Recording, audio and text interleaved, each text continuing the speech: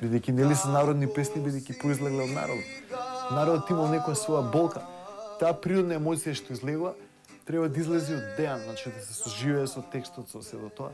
И мислам дека успешно го прави тоа. Мислам дека најбитно е за пеач и за Дејан и за кој било да внимава на вокалната техника, да се ослободи кога пее. Значи да го нема тој стрес дека го гледаат луѓе, дека го гледаат авторитети и слично. Он треба својата душа да произнесе кроз вокалот.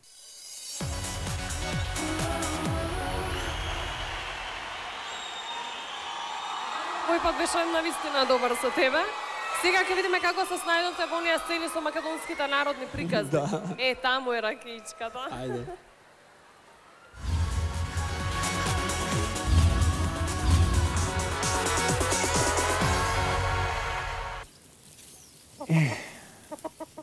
Жежок ден.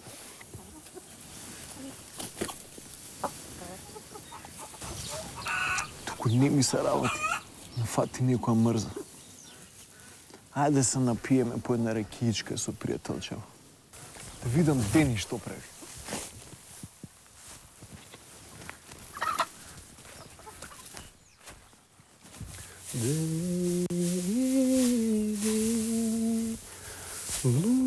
Млади години лезнавте.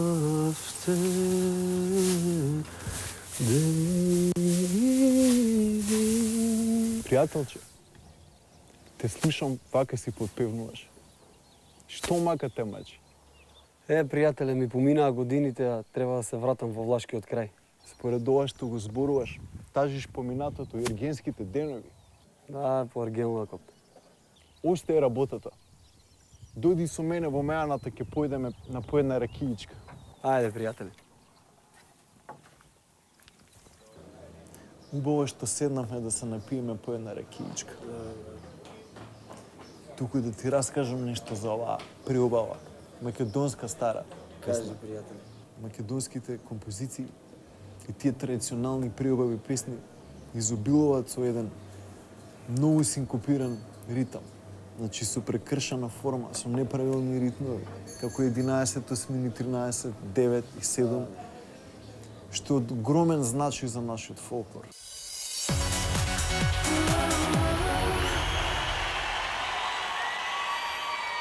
Дегиди луди млади години, пее Дејан Јованов.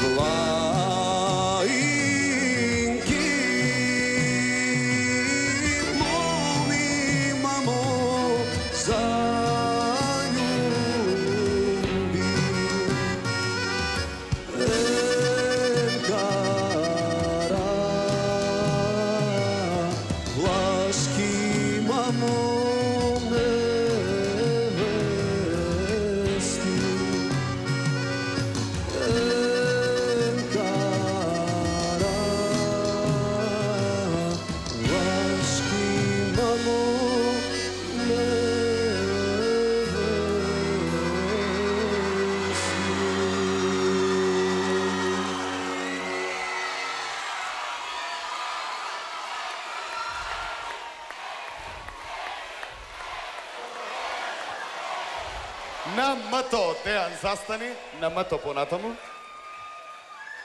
Жири повелете. Дејан, добро вечер. Добро вечер. И со Иван и со Мики така ни започна муабетот вечерва. Знам и сигурен сум и убеден сум и веќе имаме информации од шпионажа, контрашпионажа дека моментално во Радовиш нема кафич, ресторан, пицерија каде што не е вклучено Ајден и каде што не навиваат за Дејан. Поздрав за Радовиш. Инаку Дејан, многу пати разговаравме на оваа тема.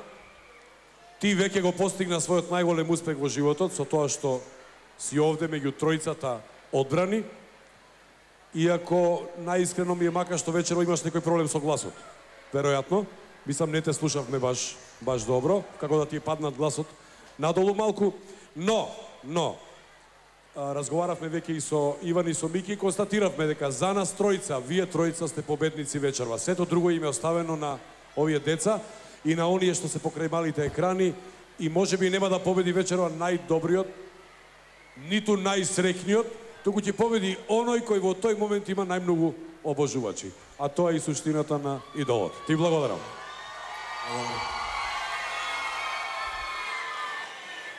Како прво, изгледаш прекрасно. Твојот стајлинг е измореден оваа вечер. Ми се допаѓа тоа што косата е поинаку средена од досега. Конечно некој се сети од стилистиве. Одлично. Почна малку несигурно. Дали беа пречки со мониторингот, не знам. Дали сепак е во прашање малку и уморот и преморот. Сепак сте под голем притисок оваа вечер. Но Дејан, како god да е. Ти мислам дека ја освои оваа публика со својата скромност и мислам дека токму така пона тивка вода брег рони. Така дојди и ти до ова финале.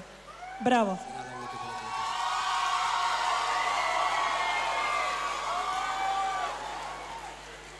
Вечерва, кој да победи, тоа нема да биде крај на вашите музички патувања, на вашите патешествија низ светот на естрадата во Македонија.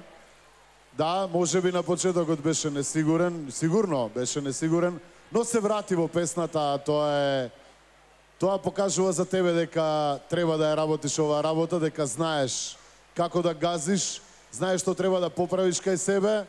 И Радовиш се надевам дека вечерва ќе те однесе таму каде што мислиш дека треба да бидеш.